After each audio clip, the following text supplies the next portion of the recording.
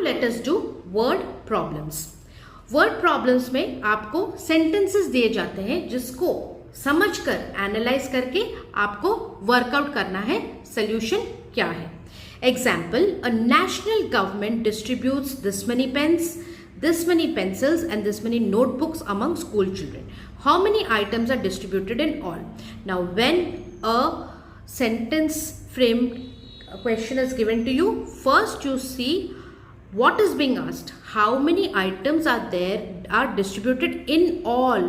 ये in all पर आप ध्यान देंगे। in all आता है मतलब आपको एडिशन करना है, ठीक है। नेक्स्ट आप देखेंगे कि कितने नंबर्स दिए गए, 3 नंबर्स दिए गए, ठीक है। तो उसके बाद आप देखेंगे, काउंट करेंगे हर नंबर में कितने कितने डिजिट्स है।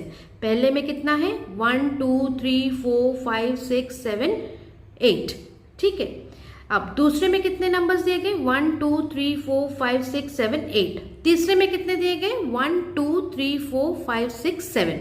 अब सबसे बड़ा नंबर है ये दो जिसमें कि 8 डिजिट्स है। तो आपको क्रोर्स तक प्लेस वैल्यू चार्ट करना है, क्योंकि ones, tens, hundreds, thousands, 10,000, lakh, 10 lakh, crores। 1 2 3 4 5 6 7 8 digits आ गए इनके नीचे। तो आपने करोड़ तक पहले आपका प्लेस वैल्यू चार्ट बना लिया। उसके नीचे आप डिजिट्स को लिखेंगे, क्योंकि पहले नंबर में 8 डिजिट है, उनको ऐसे अरेंज करेंगे। दूसरे नंबर में भी 8 डिजिट है, उनको ऐसे अरेंज करेंगे under the respective place value chart. तीसरे नंबर में सिर्फ 7 डिजिट्स है, तो आप स्टार्ट करेंगे 10 लाख से, 3 1 4 2 6 2 4। Now because it has been said that how many items are distributed in all, you will add all this, ठीक है। अब मैंने आपको प्रीवियस वीडियोस में पढ़ाया है कि how to add with carry over. So keeping that process in mind, your answer will come 1 2 9 6 2 3 9 6 4, जो कि आपका 9 डिजिट नंबर है। जहां पर आपका 9 डिजिट नंबर आ गया मतलब करोड़ से पार हुआ वो, it has crossed crores, it has come over to 10 crores। So the next over here, the column which will be in your place value chart is 10 crores। So how will you write your sentence? Number of pens, क्योंकि number of pens दिया गया है, number of pens ऐसे लिखेंगे आप, ठीक है। फिर number of pencils, number of notebooks, then you will put plus signs and then you will write whatever answer comes। your statement will be total number of items distributed, क्योंकि पूछा गया है how many items are distributed in all। in all मतलब total।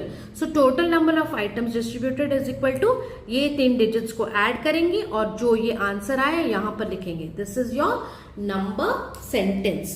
thus this many items were distributed in all is your answer। let us understand how to frame word problems। You have so far learned how to solve word problems. Now we will learn how to frame them. Given a word problem and the steps followed to solve it are as follows।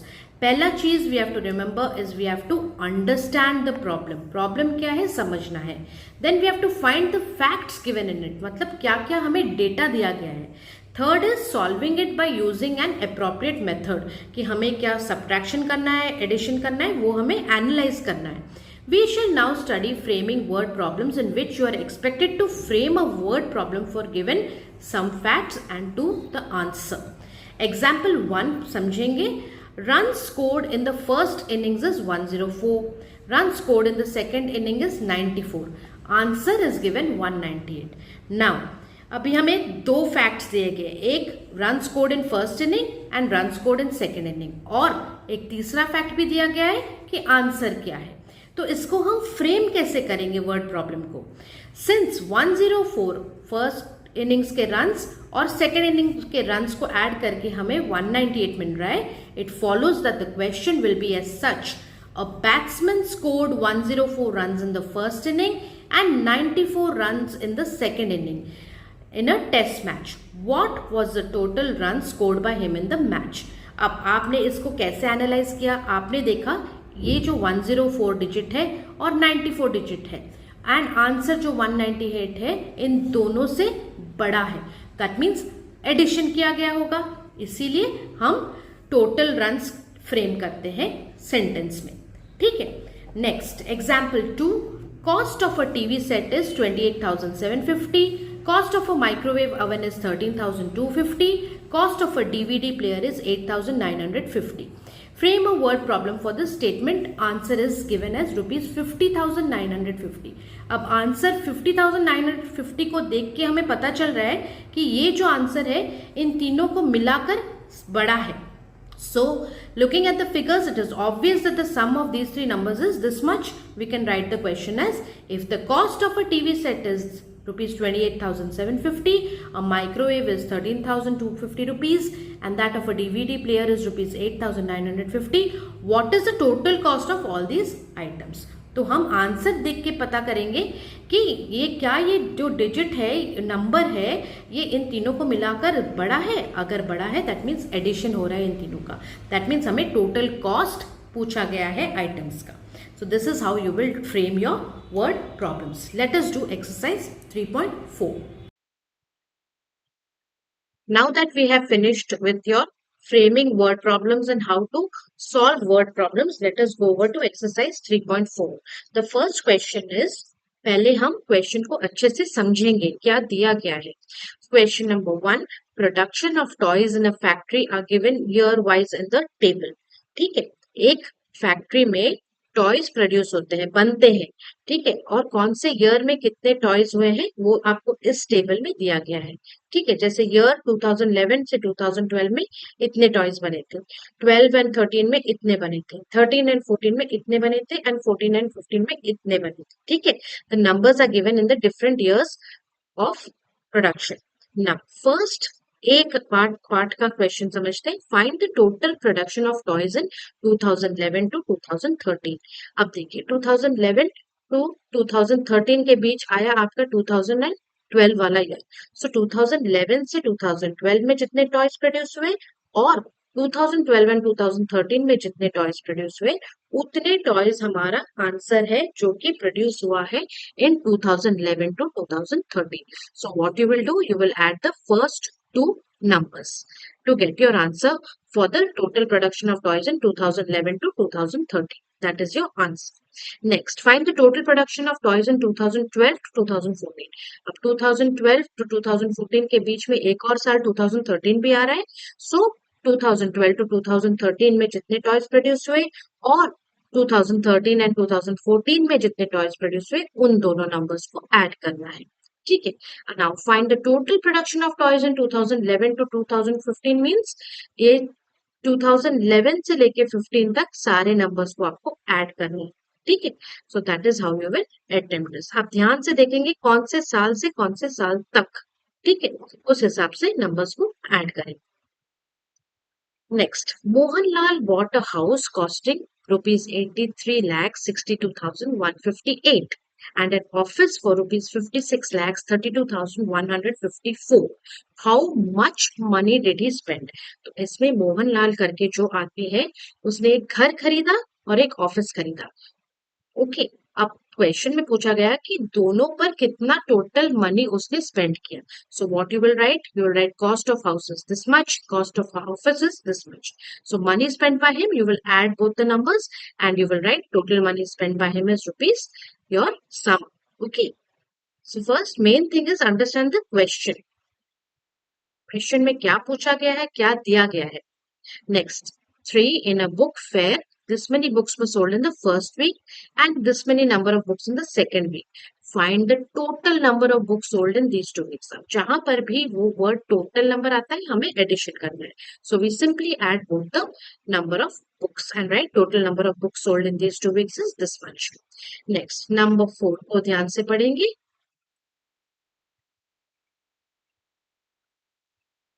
7456,231 copies of a magazine were sold in the month of January. This many copies in the month of February and this many copies in the month of March in a certain year. Find the total number of magazines sold in these 3 months. तो हमारी question में क्या दिया गया है कि एक साल में 3 महीनों में जितने कॉपीज ऑफ मैगजीन सेल हुए, जितने नंबर ऑफ मैगजीन सेल हुए उनका नंबर्स दिया गया है. जनवरी का, फरवरी का और मार्च का कितने कितने मैगजीन्स बिके हैं वो दिया गया है. और क्वेश्चन में पूछा गया है कि find the total number of magazine sold in these 3 months. इन तीनों महीनों में टोटल कितने कॉपीज ऑफ मैगजीन्स बिके हैं. तो हमको सिंपली इनको ऐड करना है.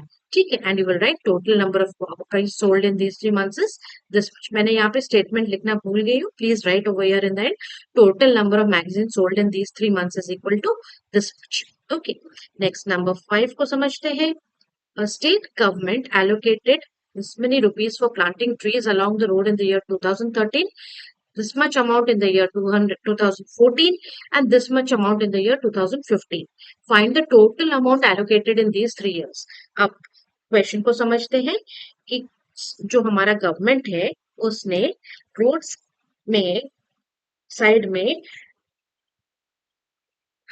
पेड़ लगाने के लिए 3 साल में कुछ कुछ पैसे दिए हैं। 2013 में कुछ पैसे दिए हैं पेड़ लगाने के लिए, 2014 में कुछ पैसे दिए हैं पेड़ लगाने के लिए, और 2015 में कुछ पैसे दिए हैं पेड़ लगाने के लिए।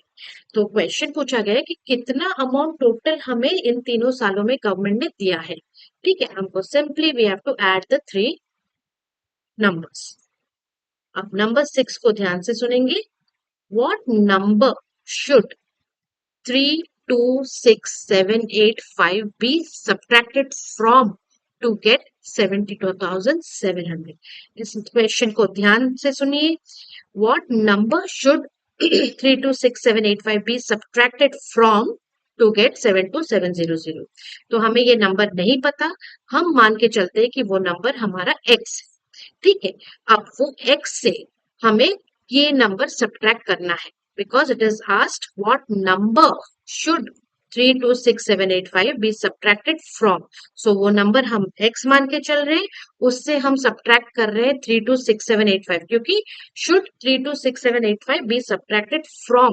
ठीक है, so x minus 326,785 is equal to get मतलब equal to 72,700. अब हम क्या करेंगे, इसको सॉल्व करेंगे। अब x को कैसे निकालेंगे, x इज इक्वल टू ये जो नंबर आपका इक्वल टू के राइट साइड में जो आता है वो आपका राइट हैंड साइड कहलाता है, और इक्वल टू के लेफ्ट में जो सारा चीज आता है वो आपका लेफ्ट हैंड साइड कहलाता है।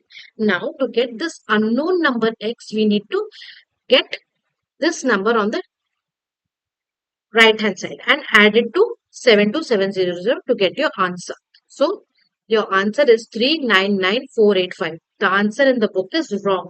ठीक है, आप पीछे जो आंसर दिया गया है आपका 25,000 को, वो आंसर गलत है according to the question. So 6 number is very important, क्योंकि आप कंफ्यूज हो जाएंगे, पीछे का आंसर कुछ और है लेकिन हम कुछ और कर रहे हैं। ठीक है, so this is the correct solution because this number has to be subtracted from the unknown number. 326,785 has to be subtracted from the unknown number to get this much. ठीक है, so this is the correct solution. Please pay attention and don't get confused with the answer in the book. Next, number 7. What number will you get when you add this number to this number? Simply you have to just add. Now number 8 is we have to frame word problems for the following. Now how do you frame word problems? देखिए, पहला वाला marks in maths दिया गया 94, science में 89, English में 84 and social studies में 90। अब answer आपका दिया गया 357। अब थोड़ा अंदाजन लगा के देखिए कि when you add all these numbers you will get this answer. So your word problem will be in such a way that you will have to mention marks obtained in this subject as so and so.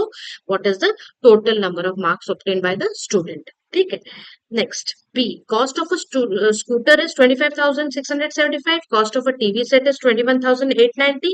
Cost of a sofa set is 18,750. अब थोड़ा सा ध्यान से फिर से देखेंगे, answer आपका दिया गया 66,315, जो कि इन तीनों नंबर से बड़ा है, और हमें अंदाजन से पता चल रहा है कि इन तीनों को ऐड करने से हमें इतना बड़ा नंबर एक आ ही जाएगा। So you have to write find the total cost of the item spot. ठीक है, number of buffaloes is equal to 8,140, cows is equal to 13,250 and goats is equal to 18,500। अब इन सब का आंसर भी इन तीनों नंबर से बड़ा है, तो obviously it has been asked to add all the number of animals. So now I will tell you how to frame the word problem for this.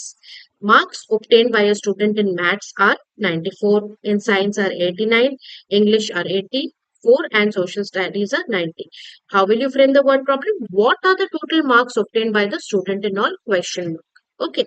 Now second, cost of a scooter is this much. I have told you the A man bought a scooter for rupees this much, a TV set for this much, and a sofa set for this much. How much money did he spend in all? Question mark is your question. Next C है आपका. There are 28140 buffaloes, 13,250 cows, and 18,500 goats in a farm. Find the total number of animals in the farm. Question mark. ठीक है, I forgotten the question mark students. यहाँ पर आप question mark लगाइए. ठीक है. अब now this is how you will frame the question. अब पहले ध्यान से देखेंगे ना डिजिट्स क्या है, नंबर्स जो दिया गया है डेटा, उसके बाद आंसर की तरफ ध्यान दीजिए. आपका अगर वो बड़ा है सारे डिजिट्स के कंपैरिजन में, then you just have to find that we have to do the totaling, the addition part. So this is how you will frame the words. Now with this we come to the end of your exercise 3.4. If you have understood, well and good. If you have any doubts, let me know in the comment section, and let me know what other exercises you want videos on in the comment section. If you like my channel, please like, share and subscribe. Thank you.